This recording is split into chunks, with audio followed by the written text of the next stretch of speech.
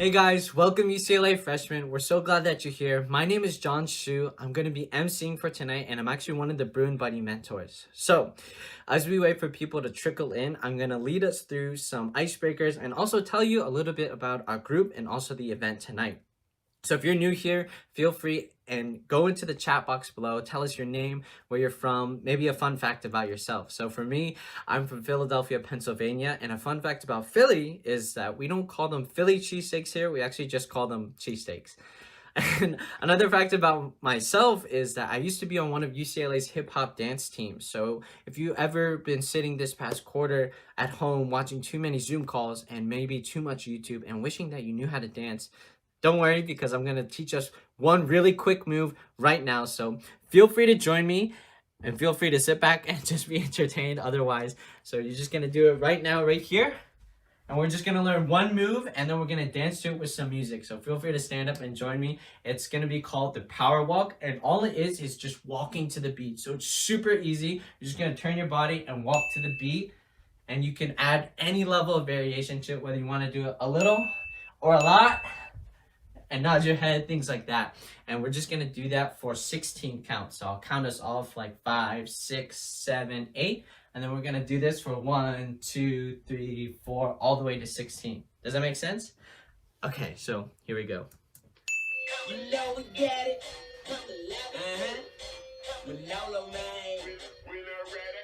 Five, 6, 7, 8, and 1, 2, 3, 4, 5, 6, 7, 8, and 1, 2, 3, 4, 5, 6, 7, 8, and 1. Okay, so now you officially know one dance move that you can use at any time. If you are just tuning in, we're about to get the night started tonight, and I'm gonna tell everyone a bit about our group and also about the event tonight. So let's all catch our breaths.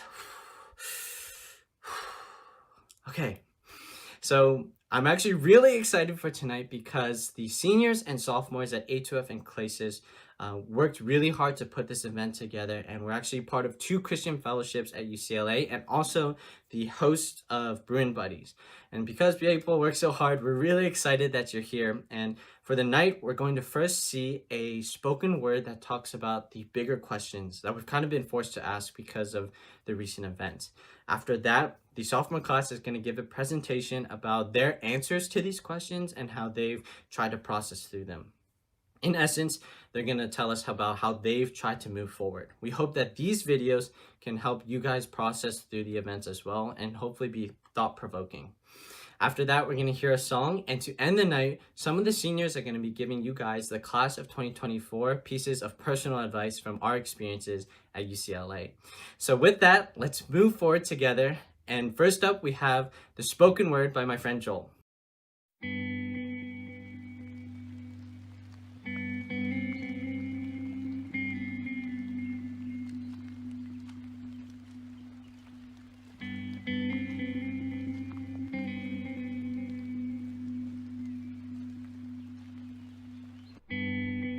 It feels like time has slowed to a crawl.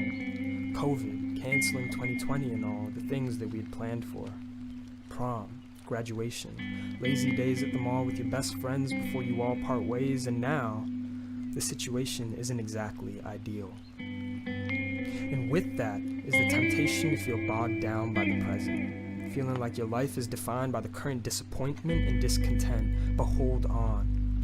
And listen, life isn't as much defined by our current circumstance or position as it is by our mindset on how we move forward, the vision that we cast for the future. Think about it. What does it mean to live? In my eyes, it means the opportunity to experience the future. The future, a closed door to the dead, but a unique privilege reserved instead to those with a head and a beating heart to appreciate it. The future, the possibility of which literally defines what it means to be alive, because the dead are not going to suddenly open their eyes and experience what me and you will. And so the future and our approach to it, the way we choose to move forward, that defines our lives. But too often, we don't think much about the way we move forward, defaulting toward the ordered steps laid out for us, like go to college, get a job, find a spouse in a house in the suburbs, get a nice patio, maybe a lawn and a garage with a car. But I ask this, why? So you can spend your life in comfort and then just die? Is that really living, or just a nice way to pass time till it expires? According to others, the future's all about more pleasure and less pain. Live it up, live it large, go hard or go home and go all out with a bang. But if you make the thrill your main mission, you'll find that your life becomes a collection of disjointed events, all fun but sorely lacking a worthwhile and overarching purpose. And we all know that a life well spent needs purpose. So then how do we move forward? Well, here's a thought. Moving forward is about searching for answers. Socrates once said the unexamined life is not worth living. And in many ways, I think he's right, because implicit in his statement is that life is a gift that we've been given. It's truly a gift to experience. Laughter and heartache, moments of brilliance, great joy, and even sadness, all wrapped up in the same instance. It's paradoxical, perplexing, heartbreaking yet joy, making the beauty and the strangeness of this thing called life such a unique phenomenon, made even more wonderful because of just how slim the odds were of mere existence. Combined with its sheer richness and fullness, life just begs the questions from every spirit of, where did this all come from? Why am I here? And what do I do with this precious gift of life that I've received? These aren't questions just for the philosophers or theologians. These are the very questions that shape the way that we move forward. Because if there's nothing beyond my last breath, then the only thing that makes sense is to live for the next rush, because tomorrow might be my end. But if there's a soul inside and an eternity that outshines the 80 or 90 years of this brief and momentary flicker of my life, then the whole paradigm has changed. And the way I move forward, it needs to incorporate the fact that I've been designed for something more lasting than just this life. So our answers to these questions inform what we value and deem as worthy of investing our time, energy, and our very lives into. The stakes are high. We only get this one life. So let's make sure we find answers that truly satisfy.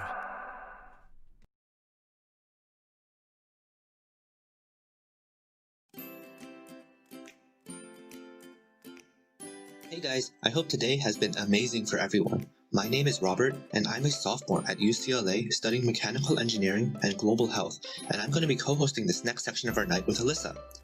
But before we jump in, here are a few pictures to give you a sense of who I am. At the top, that's me with my friends. Here's me with A2F at the beach, and here's a picture of me getting ice cream because I love exploring different ice cream shops, boba shops, and cafes. And I'm Alyssa, and I'm also a sophomore at UCLA pursuing a double major in political science and sociology. I'm originally from the Bay Area, but right now I'm quarantined in Incline Village, Nevada with my family. And here's a picture of me with my two sisters, who are twins and current sophomores in high school. This is me with my two roommates from our church-wide retreat this past winter. They're both some of my closest friends in college. And just as a fun fact about me, I'm a student lobbyist with March for Our Lives California and the UC Student Association. I've loved my experience at UCLA so far, and can't wait for all of you to embark on this new journey. We're going to be giving a short talk on the theme for tonight, moving forward. Before we get started, we'd like to share a little bit about our own stories and how we came to seek answers to some of the questions posed in the spoken word video we just saw. When Robert and I came to college, both of us expected to join some clubs and get a degree, not join a Christian fellowship. Having been raised in a non-religious household, neither of us had thought to really consider the answer to these questions before meeting A2F through some Christian friends. Prior to college, most of my concerns centered around GPA, parties, and I found myself scrolling through Facebook and Instagram to keep up with the next big K-pop hairstyle or fashion trends. However, in college, both Alyssa and I began facing life circumstances that had us consider life, death, and purpose seriously. And in our world today with the COVID pandemic, these issues seem especially relevant, so we just wanted to share some of our perspectives and thoughts.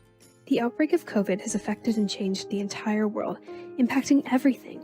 Families have lost their jobs, close friends or relatives may have caught the virus, and everything from weddings to funerals have been missed.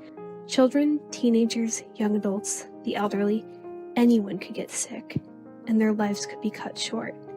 It's a sharp contrast to how invincible we used to feel, and how far away death used to seem since we're all so young. But for all the hardship that this period has brought on, one positive aspect that our shared experiences these past few months has given us is perspective. Perspective is important because it helps us value and prioritize the right things, which is often difficult to do when we're caught up with all that needs doing. But now that COVID has disrupted the normal rhythm of our daily routines, we have a chance to zoom out and take a look at the bigger picture. This pandemic is giving us perspective that the biggest questions in life aren't actually about choosing a college, major, or club on campus, but instead are about life itself. Questions like, what is life? How did I get here? And what happens when we die? Basic questions that, depending on the answer, matter a lot for how we should be living. But the problem is that we all have a finite amount of time to do everything we want to do in life. And in college, this is especially true, since it's only 4 short years, and there are a billion things competing for our attention and trying to keep us from thinking. Granted, answering questions about life and death, ultimate purpose, doesn't feel that urgent compared to the midterm next week, but that's the problem. Often, the most important things in life never feel all that urgent. Former President Dwight Eisenhower put it this way: what is important is seldom urgent, and what is urgent is seldom important. Which hints that if we keep living our lives prioritizing what's urgent, we may never get to the things in life that really matter.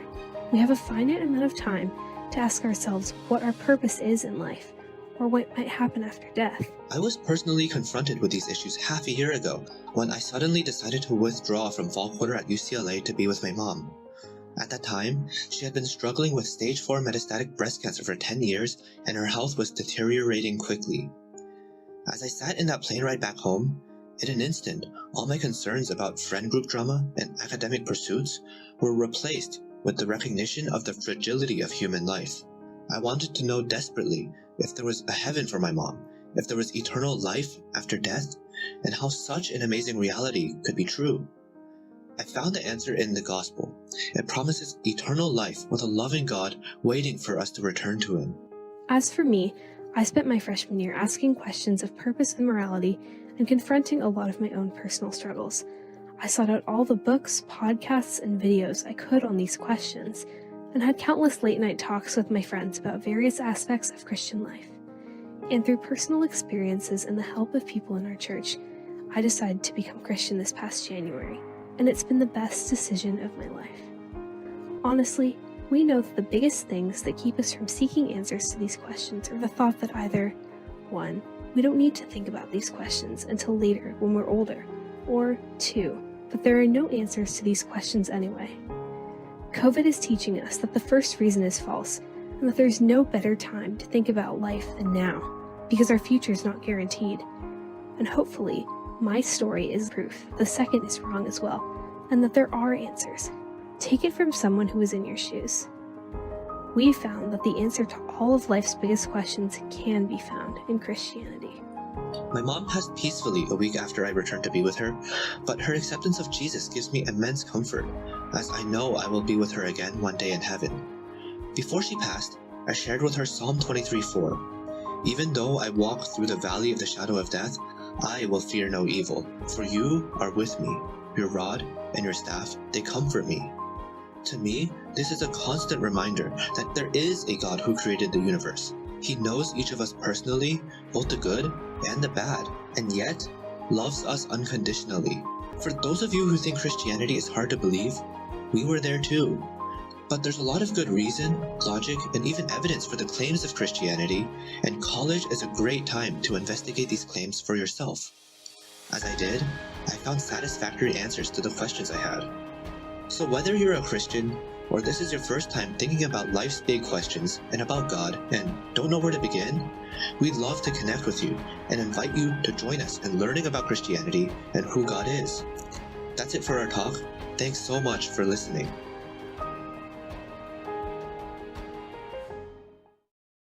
Thank you, Robert and Alyssa, for that stirring talk. My name is Mike, and some of my friends and I want to sing a song called Moving Forward by Colony House. It's a song about the effect of finding hope in our lives, as Robert shared, so I hope you guys enjoy.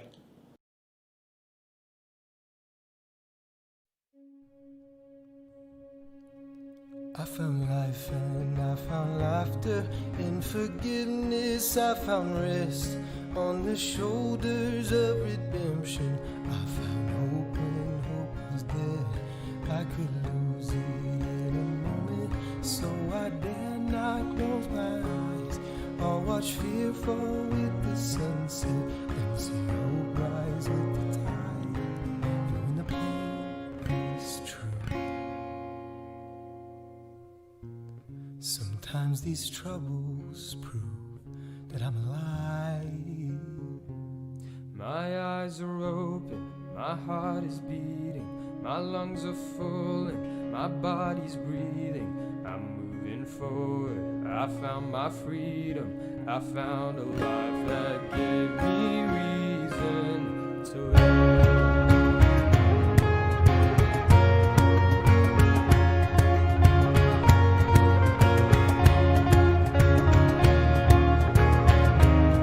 As this dusty road now settles and I see what lay before, every tear that held a broken dream is now shattered on the floor. And now bursting forth in splendor are the blossoms of second to rise.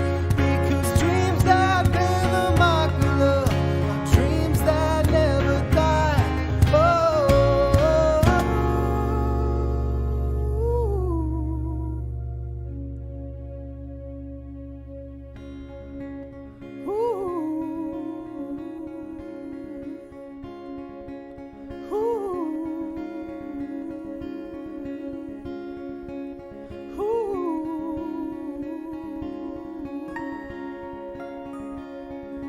Sometimes life can feel so unkind.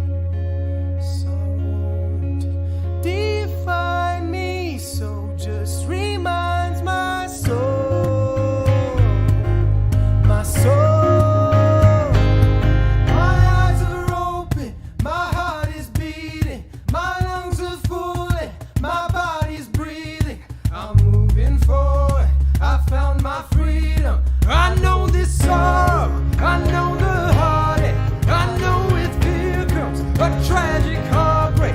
Well, I'm moving forward, I found my freedom, I found the life that gave me reason to love.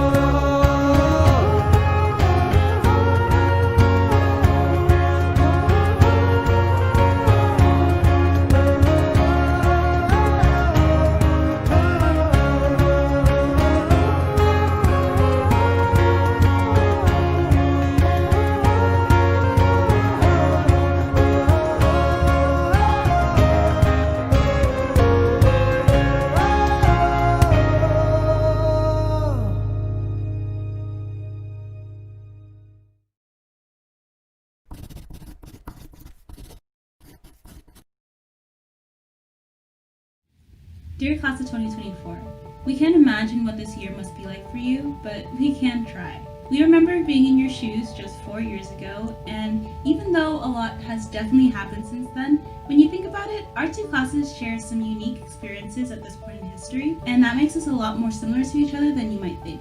As graduating seniors in the class of 2020, our two classes had many plans and expectations for this season. This was supposed to be a time of sweet celebration and reward as we wrap up one chapter of our lives and eagerly anticipate entering a new one. For us, it was beginning our career as college graduates. For you, it was putting a close to high school and entering college. But COVID has quickly changed all of that. No more in-person graduations, no more huge celebration with your closest friends and family. Now everyone is just stuck at home watching Zoom lectures or completing online classes, scrolling through social media or binge watching shows. But rather than spending all our time looking back at all we've lost over the past few months, one thing we can do is look to the future and move forward into what lies ahead. And for you guys, that's college, which can be the best 4 years of your life. Although the beginning of your college experience will be different than you might have expected and full of uncertainty, don't worry, we've got your back. We've learned so many valuable lessons and are so grateful for the experiences that we've had. So as you guys embark on that same journey, we'd like to give you some advice on how to make the most out of this next chapter of your life.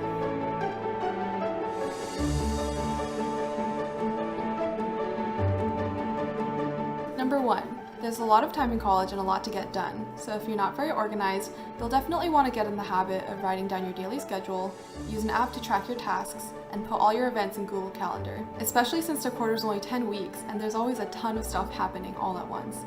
Compared to high school, there's definitely a lot more independence and a lot less structure in college. No parents waking you up and driving you to school every day, no structured after-school activities. Everything's up to you. Number 2, don't be afraid to try something new. For me, one of the greatest things about college has been the opportunities to try new things and explore things that could change your life. In the end, the only thing really holding you back is yourself. Throughout my time in college, I tried to make it a point to stretch my comfort zone. One fun example was in my sophomore winter quarter, I joined one of UCLA's hip-hop dance teams. I've wanted to learn how to dance since high school, and when I joined the dance team, I felt really exposed and vulnerable. However, I learned to laugh at myself, take notes from those better than me, and make friends with many people I wouldn't have otherwise. I think when you try new things and really stretch yourself, the greatest benefit is that you grow and learn more about yourself. What makes you tick, what makes you excited, and even what preconceived notions you might have about yourself. Trying new things to grow and learn about yourself, that will be valuable for your entire life. Number 3, being at UCLA is more than just getting a good education. It's about building lasting relationships and learning who you are. With my friends in high school, we were just friends because we saw each other in class. When we all went to different colleges, my friend group just kind of vanished. College was when I finally opened up to people and grew in my relationships. It's not easy to be vulnerable with people, but it's how I found genuine relationships. I'm closer to some people that I've known for way less time than friends in high school. My advice is to take your friendships seriously. Invest in them by trying to genuinely relate and build trust and stability. As I did, I found people who are precious to me and can't imagine life without. And last, make sure to pause and think about what you want your life to be about, because these next 4 years are going to set the trajectory for the rest of your life. I remember how excited I was to start UCLA when I was a freshman. You'll finally have freedom to study what you want and to live on your own. Lots of people in my life told me that if I used this freedom well, college was going to be the best 4 years of my life. Looking back, I realized that the most important opportunity that this freedom has to offer you is the time to pause and really think about what you're living for, and especially what you believe. But I'll be honest, when I first stepped into Hedrick Summit on move-in day, my only goal with this freedom was to create that perfect college life I had dreamed of. I tried everything and anything just to have some new experience and move on. But by the end of my fall quarter, I felt empty. That first spark of excitement died out, and I saw that I had no real relationships or passions, because I was just bouncing around with no direction in my life. So I couldn't help but wrestle with the reason behind why I came to college in the first place. Experiencing all the things I couldn't in high school wasn't enough, so what would be? I mean, where do I even begin to find answers to questions like that? The closest thing I could think of was church, but I wasn't all that interested in going back to some old traditional thing like that, especially not in college. But one night as I was sitting in my dorm, I got a text from my sister, inviting me out to an event one of the fellowships had on campus. I went out of curiosity, and what I heard was someone describe life in a way that I hadn't heard in college. It was about how people are broken, that there's a God, and he's not just some abstract idea or a raging Zeus, but that he's a person who is just as brokenhearted to see how this world turned out. That you and I have lives after we die, and that eternity is really what we should be living for. And that's why we feel so unsatisfied with simple experiences here on Earth. Over the next few months, I got more involved with the fellowship. I started to understand my true purpose for my life through Christianity, and what I valued began to change with it. So I'm thankful to UCLA, and I'm thankful I came to college. I'm excited for you to begin that journey too. But amid the excitement and confusion, I hope you'll remember this. College is the perfect time to step outside of your limits and rediscover things you've put aside. Always be thinking about your purpose and direction. Hey, maybe even check out a fellowship. You just might find the answers there, like I did. We hope that these valuable lessons we've learned help you think about what you want to experience in college. As you guys enter this next chapter of your lives under these tumultuous circumstances, it can be easy to feel as if you lost so much time and many opportunities. But we hope that you won't let these feelings get to you and let them influence how you choose to spend these next 4 years. College really can be the best 4 years of your life if you allow it to be, and we really hope that you use this time to not only pursue your academic career, but also discover who you are and what you believe in. So good luck! We're excited for you. From the class of 2020.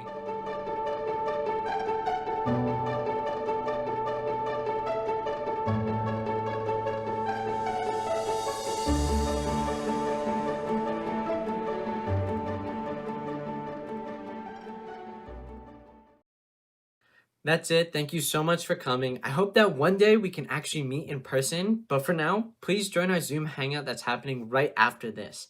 The link for the Zoom Hangout was sent out earlier today in a Bruin Buddy newsletter, so if you haven't gotten that, please reach out to your Bruin Buddy mentor and they can get that to you right away.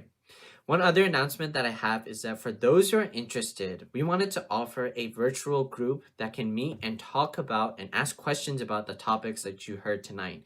So if any of these topics from tonight interest you, I highly encourage you to sign up for that. Finally, with everything that's been going on in our nation this past week, I was reminded by our talk today that even times like this, and especially during times like this, it's really important for us to ask the bigger questions in life.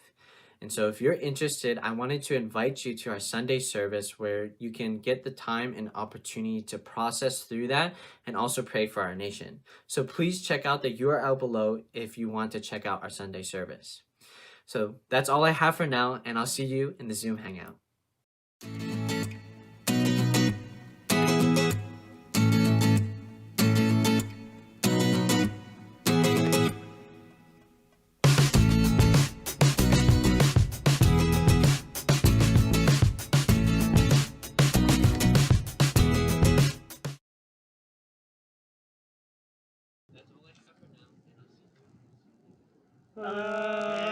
Thank you guys for joining. We worked really hard on that. We're so glad you could join us.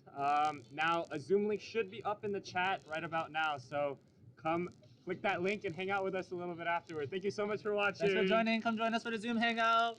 Hey guys, welcome UCLA freshmen. We're so glad that you're here. My name is John. Is that it?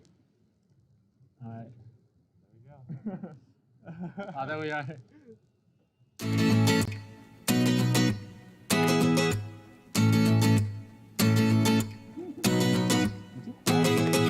Maybe it's the volume, I think.